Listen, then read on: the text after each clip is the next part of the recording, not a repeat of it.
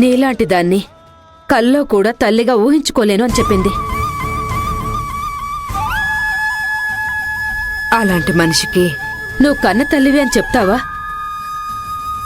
ఒప్పించగలవా? ఎలా నీకు దగ్గర చేసుకోగలవు? అలా ఏం ఉండదులే జల్జక్క.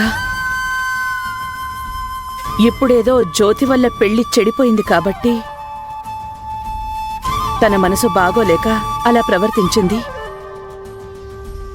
ఆ కోపాన్ని నా మీద కూడా చూపిస్తోంది. అమ్మ ప్రేమ, అమ్మ స్పర్శను మించింది ఈ ప్రపంచంలో ఏముంది చెప్పు? కొంచెం ఆలస్యమైనా నా చిన్న కూతురు ఈ అమ్మకి దగ్గరవుతుంది. అవ్వాలనే ఆ దేవుణ్ణి కోరుకుంటున్నాను శారదా.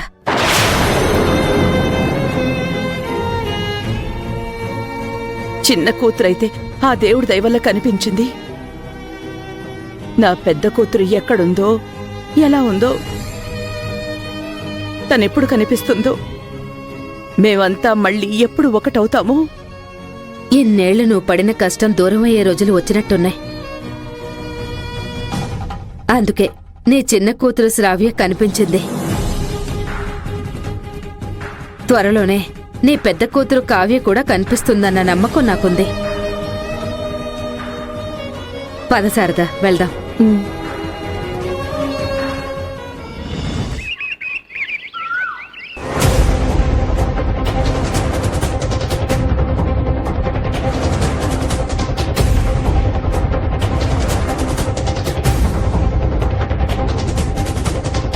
ఇంత దాకా వచ్చిన వాళ్ళు బయటే ఆగుతారా?